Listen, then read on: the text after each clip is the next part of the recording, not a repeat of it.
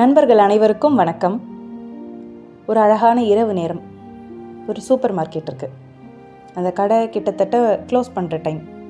அப்போ அந்த கடைக்குள்ளே ஒரு நாய் வருது. அந்த நாய் வாலாட்டிக்கிட்டே அந்த கடை முதலாளி எங்கே இருக்காரு அப்படின்னு தேடுது. இவர் தான் முதலாளி அப்படின்னு அடையாளம் கண்டுபிடிச்சிக்கிட்டு கிட்ட போய் வாலாட்டுது. என்னடா திடீர்னு ஒரு நாய் வாலாட்டுதே அப்படின்னு சொல்லி பார்த்தா அந்த நாயோட கழுத்தில் ஒரு பை மாட்டியிருக்கு. அந்த பைக்குள்ளே கொஞ்சம் காசு இருக்குது. அதே மாதிரி அந்த நாயோட வாயில் ஒரு லிஸ்ட் இருக்குது. என்னென்ன மல்லிகை சாமான்லாம் வேணும் அப்படின்னு ஒரு லிஸ்ட் இருக்குது. இவருக்கு ஒரே ஷாக்கு. யாருடா இந்த நாய்? இதோட முதலாளி எங்கே? யார் கூட இது வந்திருக்கு?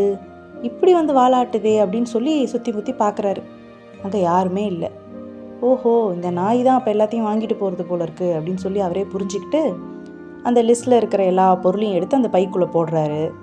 அதுக்கு வேண்டிய பணத்தை எடுத்துக்கிட்டு மிச்ச பணத்தையும் வைக்கிறாரு. இது வாலாட்டிக்கிட்டே திரும்பி கடையை விட்டு வெளியில் போகுது. ச்சே, இப்படி ஒரு நாயா? இந்த மாதிரி நாயை நான் பார்த்ததே இல்லையே. இது எங்கேருந்து வருது, யாரோட இதுன்னு கண்டுபிடிக்கணும்னு சொல்லி இவர் நாய் பின்னாடியே போகிறாரு. அது எப்படி பழக்கப்படுத்தியிருக்காங்க அப்படின்னு புரிஞ்சுக்கிறதுக்காக. இது பின்னாடியே போகும்போது அந்த நாய் ஓரமாக ரோட்டில் நடந்து போகுது. கரெக்டாக சிக்னல் விழும்போது ஜீப்ரா கிராசிங்கில் அழகாக ரோடை கிராஸ் பண்ணுது. இவருக்கு அப்படியே சிலிர்த்து போச்சு. இப்படி ஒரு நாய் இருக்க முடியும்? எப்படி புரிஞ்சுக்குது இது அப்படின்னு ஒரே ஆச்சரியம்.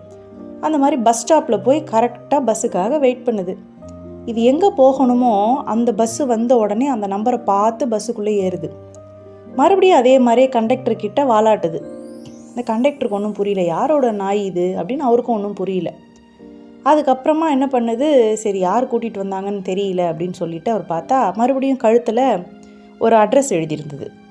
ஓ, இங்கே போகணும் போல இருக்குது இந்த நாய் அப்படின்னு அவர் புரிஞ்சுக்கிறார். அந்த நாய் டிக்கெட் எடுக்கிற மாதிரி அதே மாதிரியே காசு இருக்குது, காசு எடுத்து கொடுக்குது. அவரும் டிக்கெட்டை கொடுத்துட்டு மிச்ச பணத்தையும் அந்த பைக்குள்ளே போட்டுடுறாரு. இது என்ன பண்ணுது, ஒரு ஸ்டாப்பிங்காக வர பார்த்துக்கிட்டே இது இறங்க வேண்டிய ஸ்டாப் வந்த உடனே குறைக்குது. உடனே அதை டிரைவரும் கண்டக்டரும் புரிஞ்சுக்கிட்டு ஓ இங்கே தான் இறங்கணும் போல இருக்குது அப்படின்னு சொல்லி வண்டியை நிப்பாட்டிடுறாங்க. இவரும் பின்னாடியே இறங்குறாரு. பின்னாடியே இறங்கி மறுபடியும் அதே மாதிரி ரோடை அழகாக கிராஸ் பண்ணி அழகாக வீட்டுக்கு நடந்தே போய் ஒரு வீட்டுக்கு போய் காலிங் பெல்லை அழுத்துது. ச்சே, என் வாழ்க்கையில் இப்படி ஒரு நாயை பார்த்தது இல்லையே, எப்படி ஒரு திறமையான நாய் அப்படின்னு சொல்லி அவருக்கு வியப்பு தாங்கலை. இது யாரோட நாயாக இருக்கும் அப்படின்னு சொல்லி ஆவலோடு காத்துட்ருக்கிறார். கதவும் திறக்குது. கதவு திறந்து ஒரு ஆள் வெளியில் வரார். வெளியில் அந்த நாயோட தலை மேலேயே ஓங்கி ஒரு அடி அடித்தார். இங்கே பார்த்துட்டு இருந்த கடைக்காரருக்கு கோவம் தாங்கலை. ச்சே, ஏங்க இப்படி அடிக்கிறீங்க இந்த நாயை போட்டு? என் வாழ்நாளில் நான் இப்படி ஒரு நாயை பார்த்ததில்ல. எப்படி ஒரு புத்திசாலியான நாய். கரெக்டாக கடைக்கு வந்தது, என்னென்ன பொருள் வேணும்னு கேட்டுச்சு, அழகாக எடுத்து கொடுத்தேன், அதை வாங்கிக்கிட்டு ரோடை கிராஸ் பண்ணுது, பஸ்ஸில் ஏறுது, கரெக்டாக உங்கள் வீட்டுக்கும் வந்துருச்சேங்க, இதை போய் அடிக்கிறீங்களே அப்படின்னு கேட்குறாரு. உடனே அந்த ஆள் அதுக்கு பதில் சொன்னாராம். அட போங்க சார், எத்தனை தடவை அந்த நாய்கிட்ட சொல்லியிருக்கேன், போகும்போது வீட்டு சாவியை எடுத்துக்கிட்டு போன்னு. ஒவ்வொரு தடவையும் போயிட்டு காலிங் பெல்லை அழுத்தி அழுத்தி என் தூக்கத்தை கெடுக்குது அப்படின்னு சொன்னாராம். ஒரு வேடிக்கையான கதை இல்லை? இந்த கதை எதுக்காக சொல்கிறதுன்னா, இந்த நாய் மாதிரி தான் நம்மில் பலர் இருக்கோம். எவ்வளோதான் திறமை, எவ்வளோதான் புத்திசாலித்தனம், என்னென்னமோ மற்றவங்களுக்காக நம்ம செய்வோம், எவ்வளோ உழைப்பு கொடுப்போம். ஆனால் இருந்தாலும் ஒரு சிலரை, குறிப்பாக நம்மளுக்கு மேலே இருக்கிறவங்கள திருப்திப்படுத்தவே முடியாது. சில பேர் புரிஞ்சுக்கிறதும் உண்டு. சில இடத்துல நம்ம என்ன முயற்சி பண்ணாலும் அந்த இடத்துல நம்மளோட மதிப்போ மரியாதையோ இருக்கிறதே கிடையாது.